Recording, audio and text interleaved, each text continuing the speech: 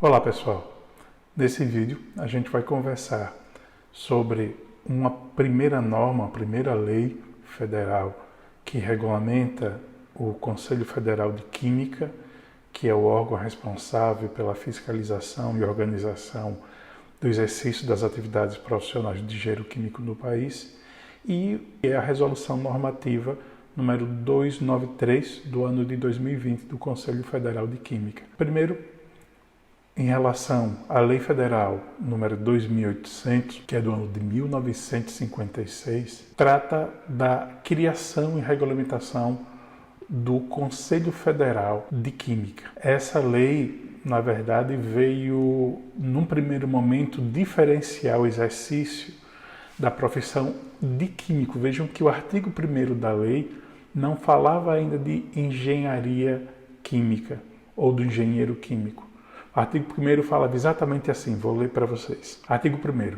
A fiscalização do exercício da profissão de químico, regulada pelo Decreto-Lei nº 5.452, de 1º de maio de 1943, será exercida pelo Conselho Federal de Química e pelos Conselhos Regionais de Química, criados por essa lei. Ou seja, o Conselho Federal de Química é o órgão que vai ser responsável pela criação das normas e pela aplicação das regras relativas ao exercício da função de, nesse primeiro momento, químico, mas que depois vai se ampliar para uma série de outras categorias, né?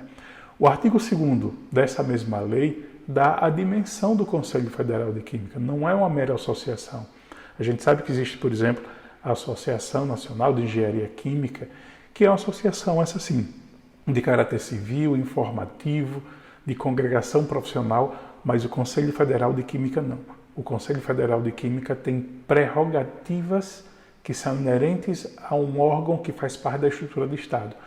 Tanto é que o artigo 2º dá a dimensão do Conselho Federal de Química, é o que diz o texto da lei. Artigo 2º. O Conselho Federal de Química e os Conselhos Regionais de Química são dotados de personalidade jurídica de direito público, autonomia administrativa e patrimonial. Ou seja, é uma pessoa jurídica de direito público.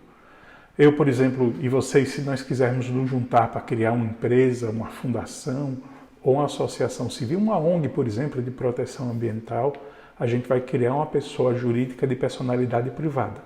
Né? Um grupo de pessoas que temos interesses em comum, embora possa até ter uma finalidade e uma utilidade pública, mas não é uma instituição de direito público, diferentemente do Conselho Federal de Química. Portanto, esse conselho tem poderes especiais que a gente chama de prerrogativas ou potestades jurídicas especiais para criar regras, inclusive sobre o exercício da profissão de engenheiro químico, como esses engenheiros devem ser formados, qual é o processo de habilitação para que alguém possa exercer algum tipo de atividade ainda mais específica dentro da engenharia química, que tipo de atividade vai estar regulamentada pelo Conselho Federal de Química, que é um poder muito importante, né? Um poder muito parecido com aqueles que as instituições públicas têm, né?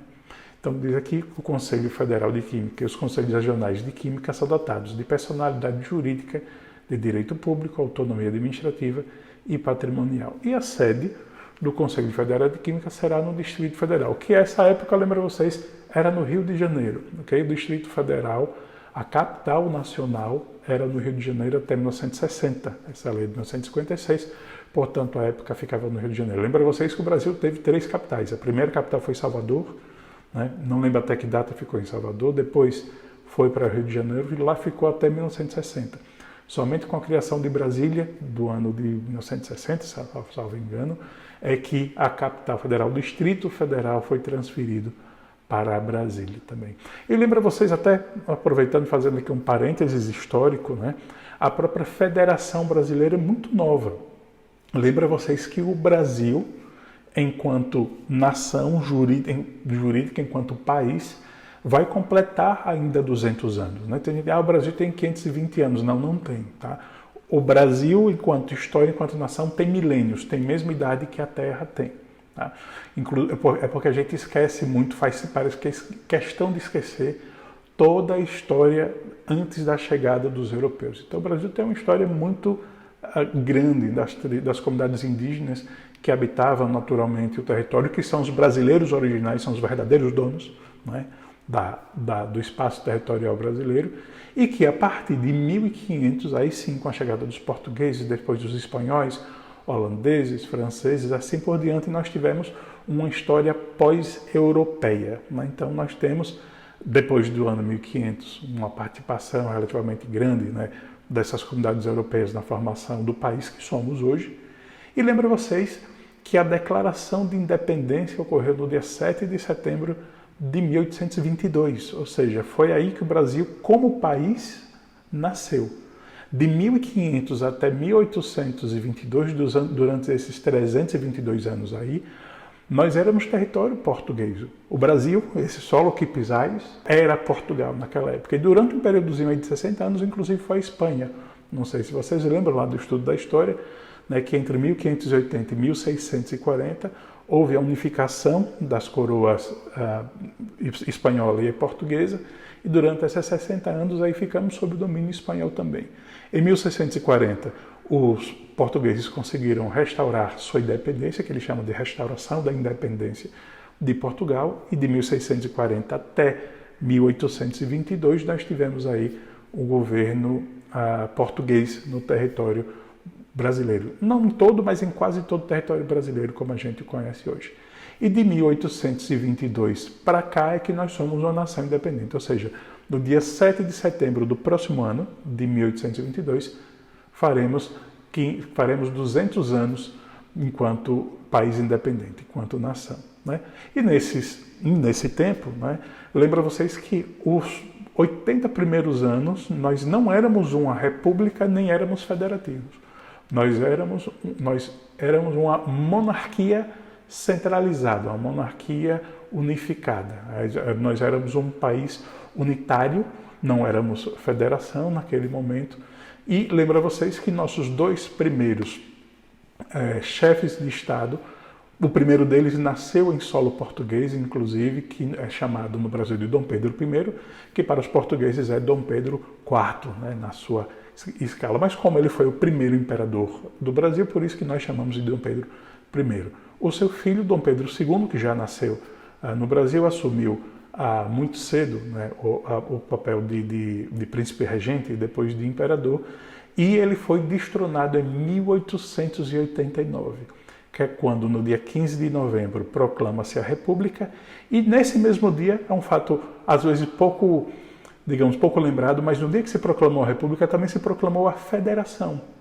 Então, a Federação Brasileira é ainda mais jovem do que o país Brasil. Brasil vai fazer 200 anos, né, de 1822, e a Federação Brasileira, ou seja, a divisão desse Estado até então unitário em entidades federativas, só ocorreu no dia 15 de novembro de 1889, o que dá aproximadamente uns 130 anos, né, de federação. Somos uma federação bastante jovem.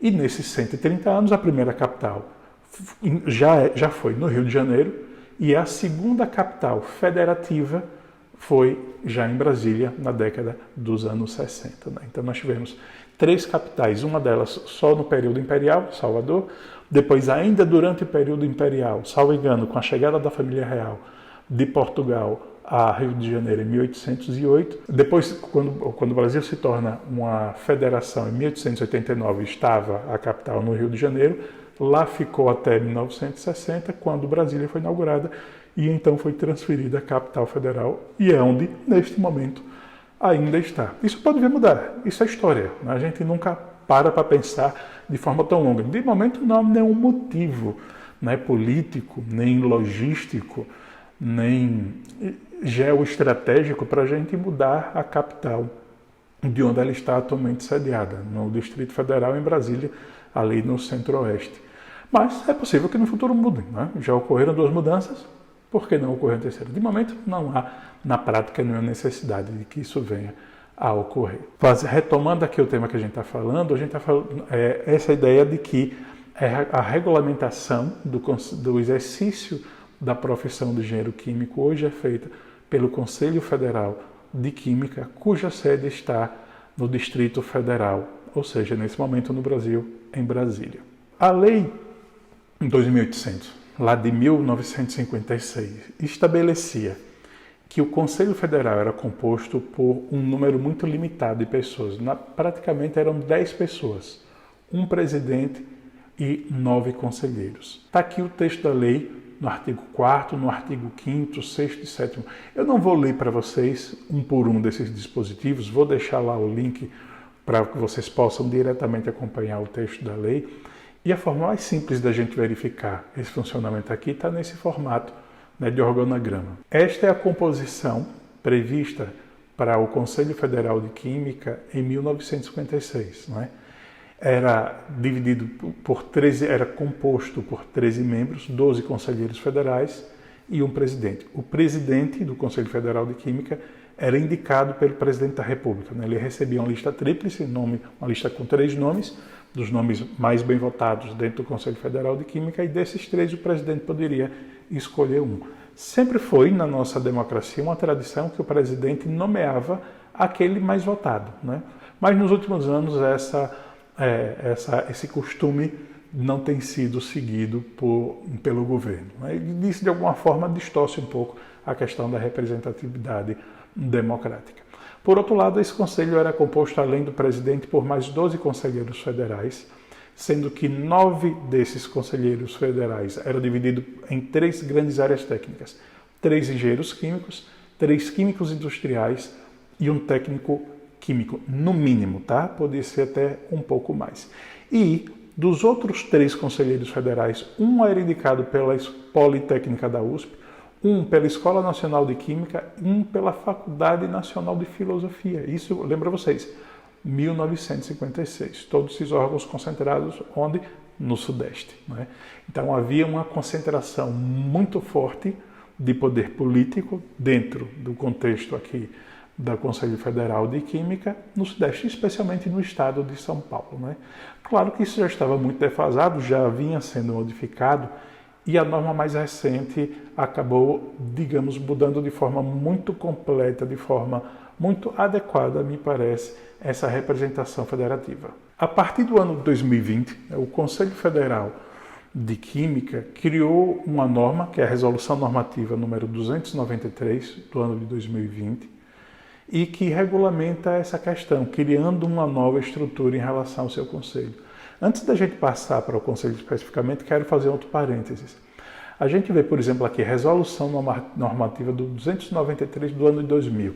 Alguém pensa, poxa, eles estão muito produtivos.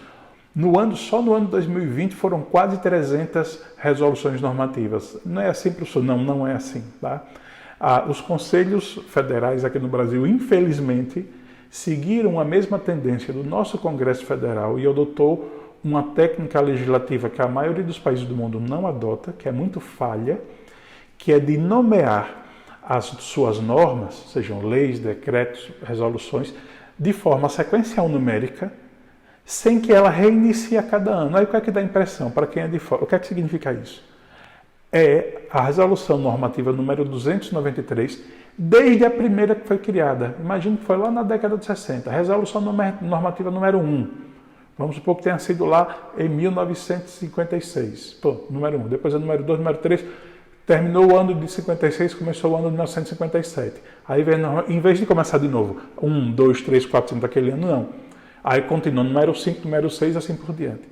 Então, dá uma impressão equivocada, porque esse é o sistema que pouquíssimos países usam, né, de que a cada ano nós temos aqui, por exemplo, nesse caso, 200 resoluções normativas. Falso.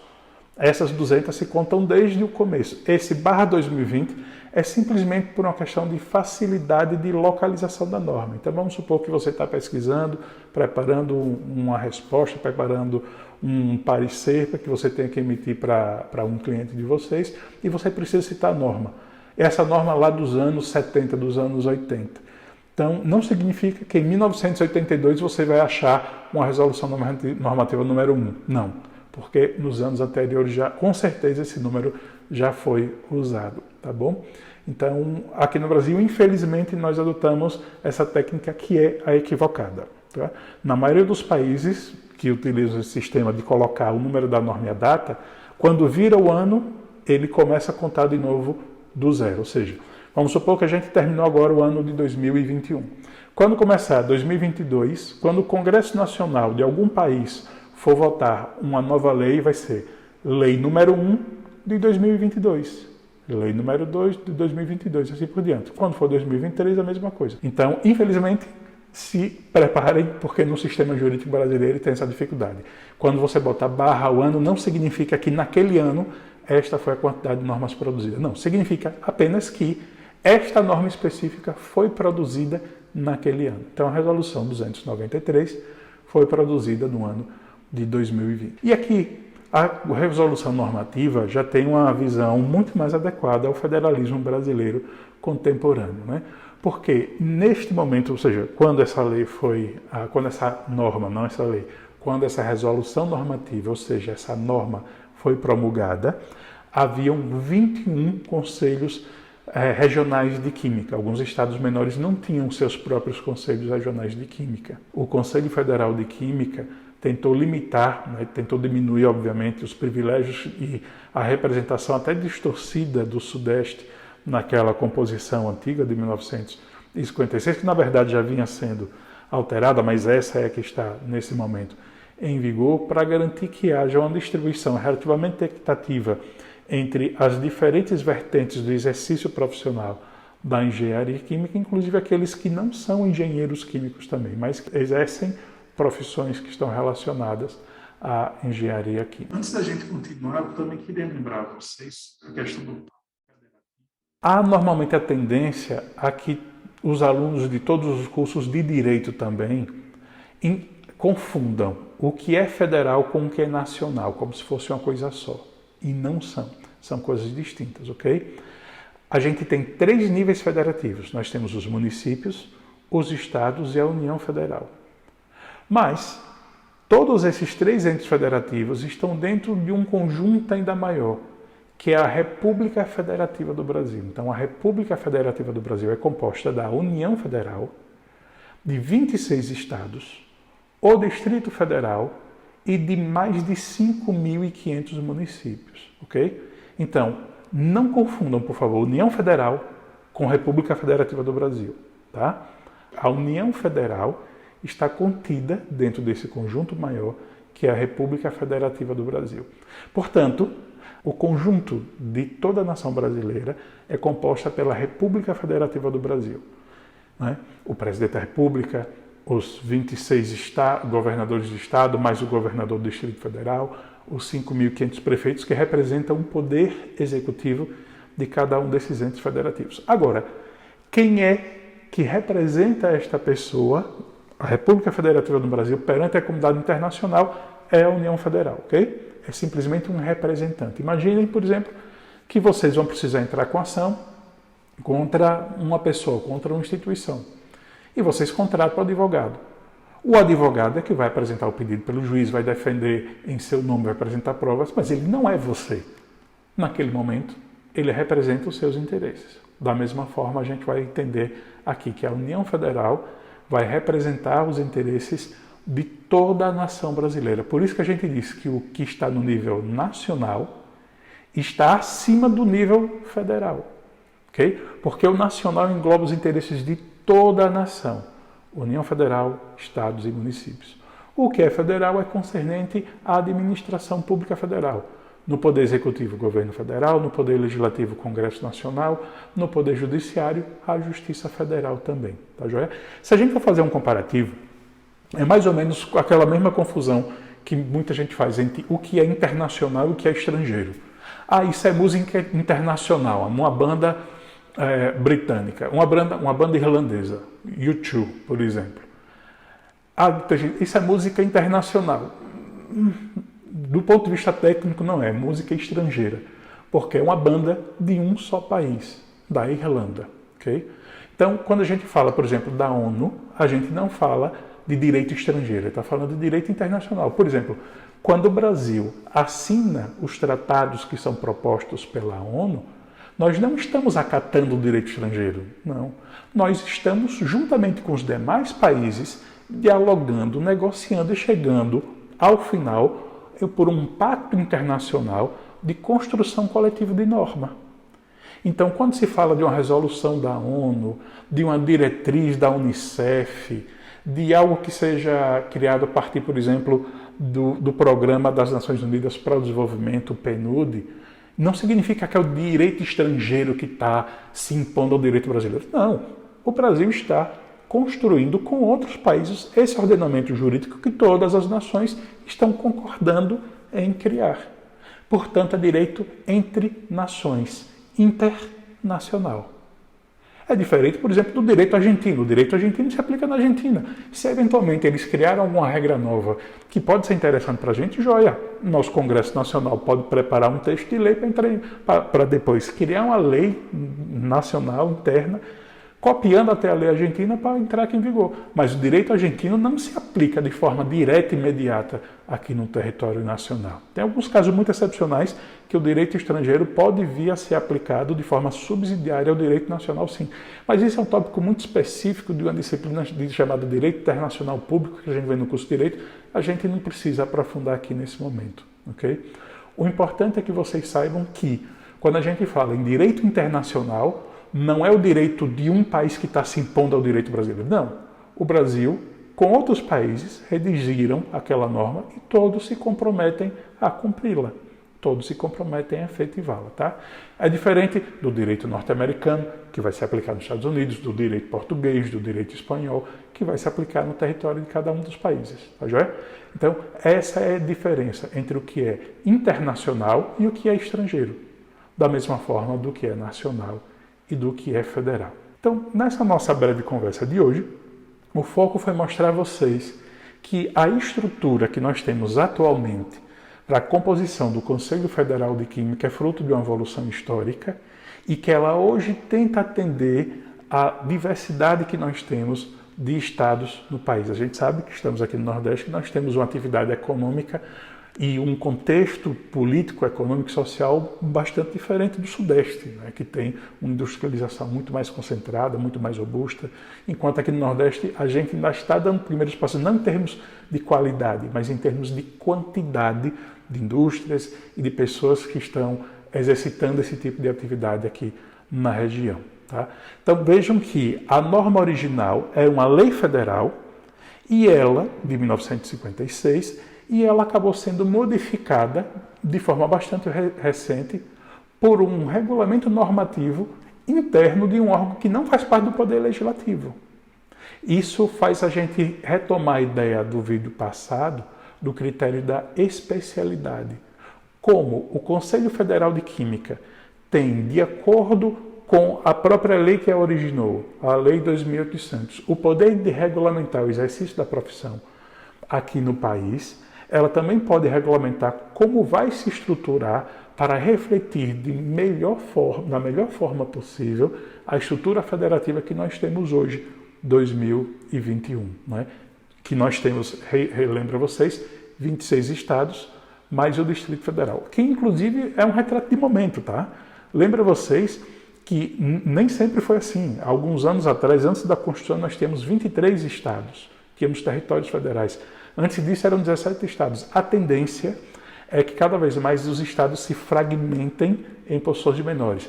Vocês devem ter ouvido falar, por exemplo, que há mais ou menos uns 5 anos atrás, talvez até mais, houve um plebiscito para saber se o estado do Pará ia se dividir em 3 grandes áreas. Ia ser mantido o estado do Pará original, mas ia ter o estado de Carajás e o de Tapajós. Se não me engano, eram esses aí.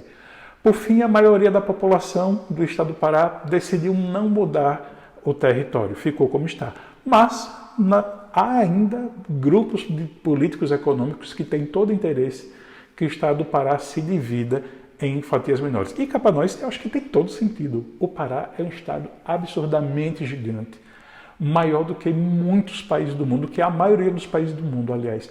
Aí tem partes do território que acabam ficando abandonadas, porque não tem um governo regional mais concentrado, não tem um poder executivo mais focado naqueles problemas ali. Mas politicamente não foi isso que o povo do Pará decidiu e deve-se respeitar o que o resultado das urnas naquele momento apontou. Então, nesse momento, não há nenhum outro movimento, né,